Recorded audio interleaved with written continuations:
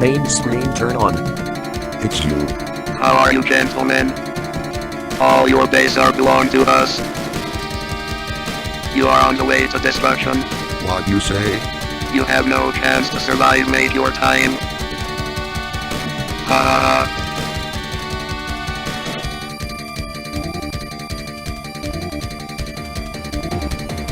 What's up, guys and gals? This is Final Boss, where all your base are belong to us. And this is where we cover all your bases. And today I'm going to go over my PSA submission and just kind of go down, do a rundown on my investment, my initial investment, as well as the valuation of my current investments and the sales that I've had so far. So I'll just do a rundown on the actual grades and my expectations and the results first, and then we'll go down the investment portion of the video real quick.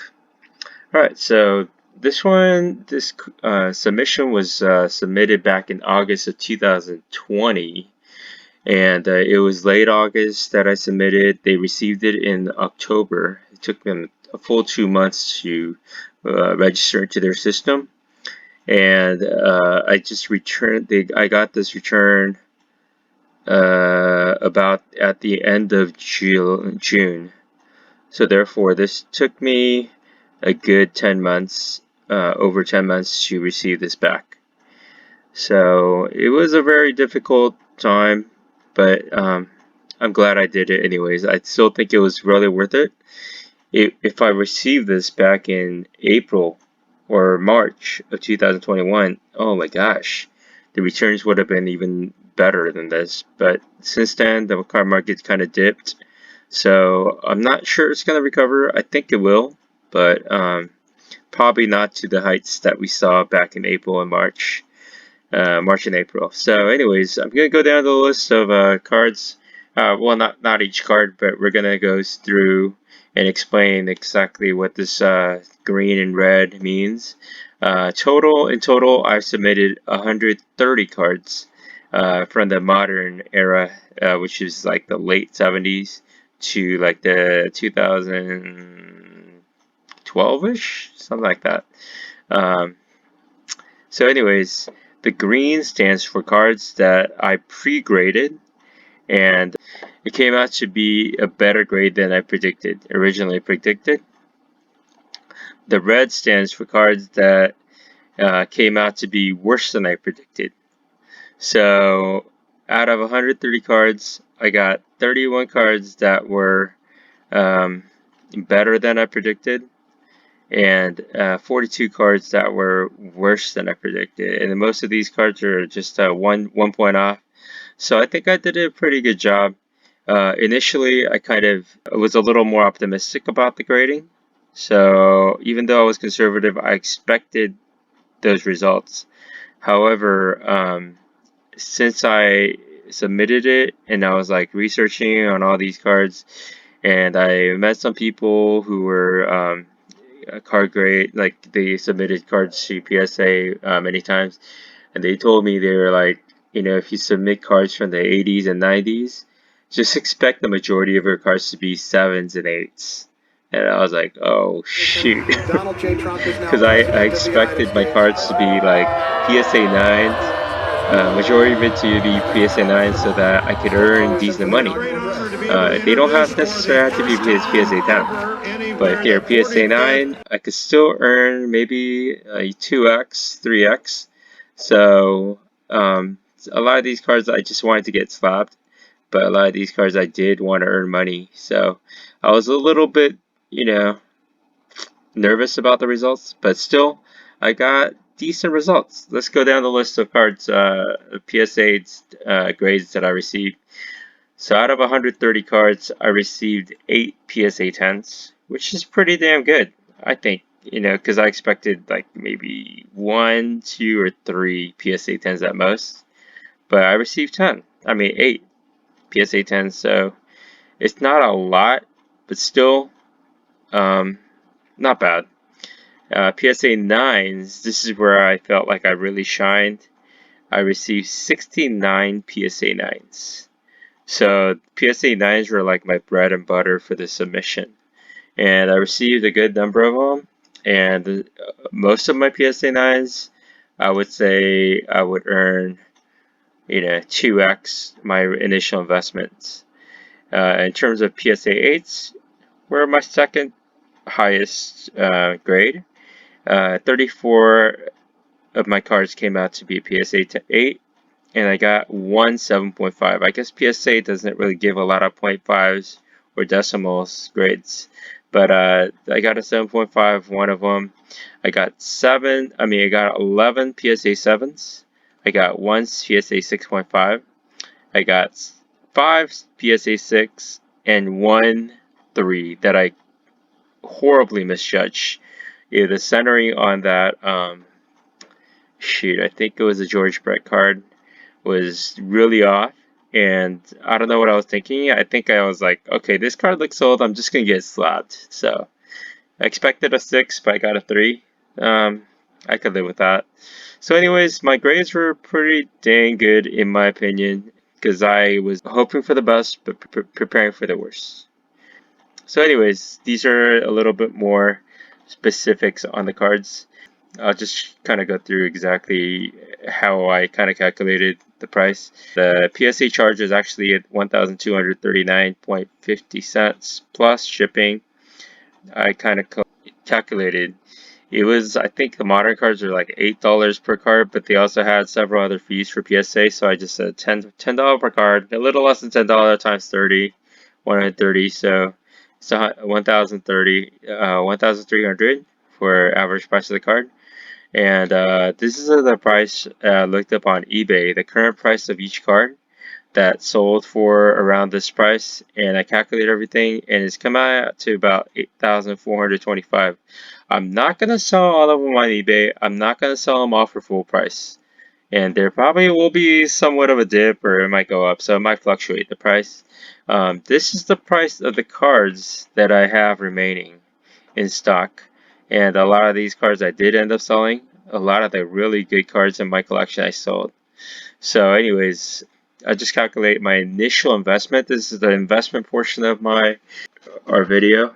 Initially, I think I averaged out the price of cards that I submitted. I probably bought each card for about $10 per card, and I multiplied that by 130.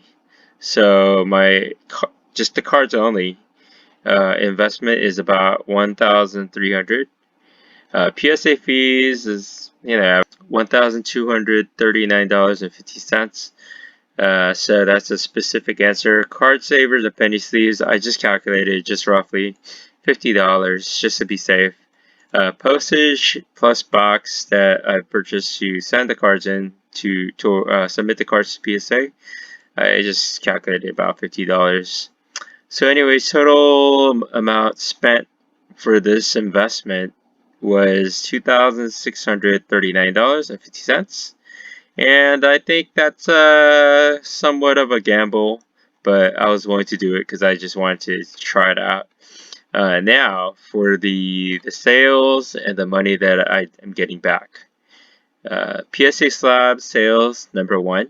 I sold this the very next day after I got the submission. This one guy bought out all of my good cards, almost all of them.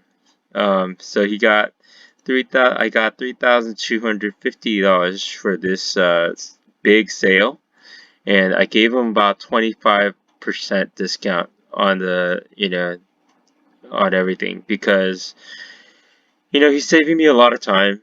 I don't need to worry about shipping all these cards, submitting it, listing it on eBay.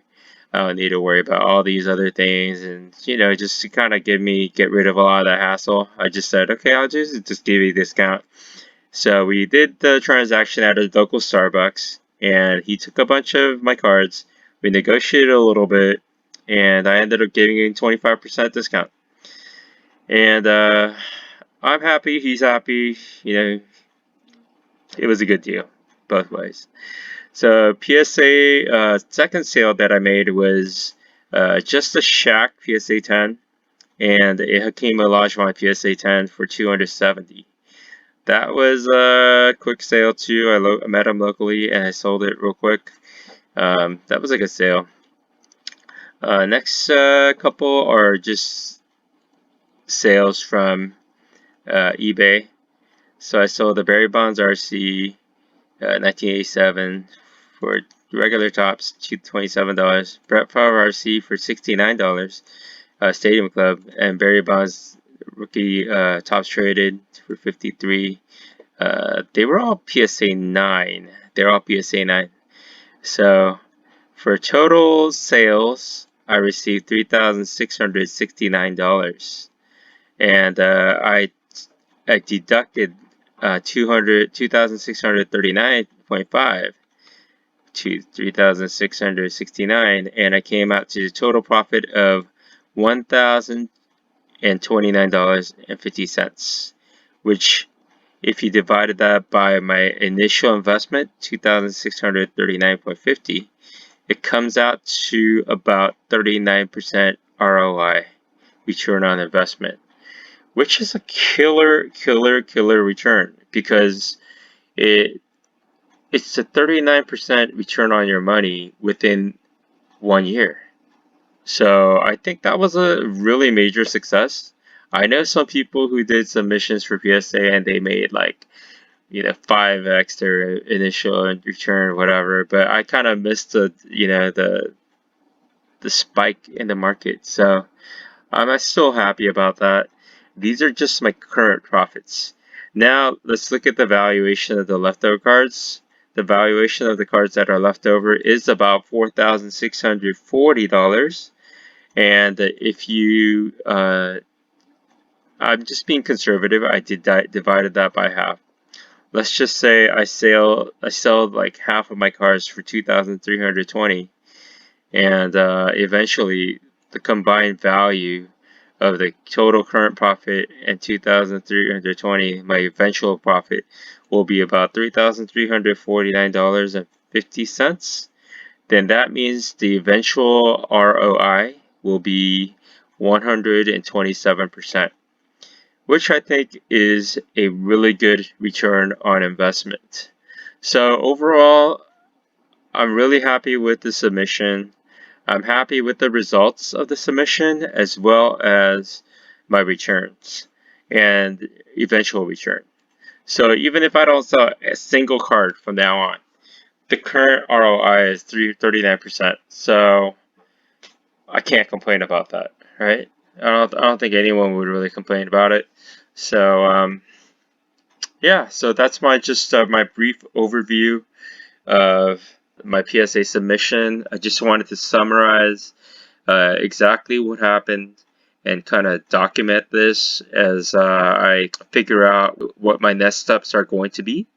Whether I'm going to be submitting more cards to SGC, because PSA is not receiving any more orders.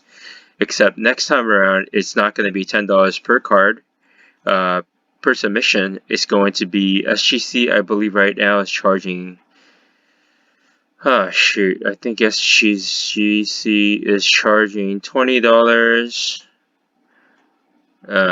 per card, or is it 30? So if I do submit these cards and average grade of 8 to a 9 PSA 9, I have to guarantee that the cards that were going to come back at PSA 8 is going to sell for at least $30, or else $30 to $40, or else it's not going to make sense for me to submit these cards. So it's a lot more riskier to submit cards these days. That's just the truth of the matter. Because, like the early adopters, man, they make a killing. But the ones that, kind of delay, and then they're finally adopting, those are the ones that end up taking the biggest risk or end up holding bags at the end. So that's part of the reason why I want to get started on crypto or documenting crypto, because I want to encourage everybody that I know to start investigating crypto investments for themselves, because if you invest in Bitcoin, you still are an early adopter. You are 2% of the entire population of the world, or maybe at this point, maybe 3%. So that means 97% of the people out there have never purchased Bitcoin or cryptocurrencies at all. So the ones who adopt early, back in 2012, 2010, they are the ones that are probably whales right now. I got in back in 2017, and I am enjoying a little bit of profit, but I bought it during the bull market, so I made a lot of mistakes along the way. Luckily, I didn't sell, so I'm doing okay. I'm not going to starve to death, but I learned my lesson, and I'm not going to buy at the top. I feel like we're still at the cusp of the second leg of the bull market. I might be totally wrong. We might be going down for another 50% or whatever. We might be in a bear market. I don't know, but I feel like we have another leg up. So kind of carefully watching. I did make a purchase today of Bitcoin, and I will be carefully monitoring the situation and trying to mitigate my losses, and at the same time try to capitalize on opportunities. And yeah, so I just hope that you guys can be early adopters in these new investments, and yeah, let's join together and discover new ways of investing, because the elites and the institutions and these large governments that pretend like they care for you, they don't care about you, honestly. We have to prepare for our own futures and our own retirements, and just kind of prepare for the worst and hope for the best, because that's all we could do. So anyways, thank you for joining me today. I appreciate you guys joining me and watching this channel. I want to grow this channel, but I don't know how exactly. We'll look at different avenues of investing, and we'll look at different strategies, and it'll be very fun to grow our channel together. Alright? Thank you so much for joining me. God bless. Take care. See you soon. Bye.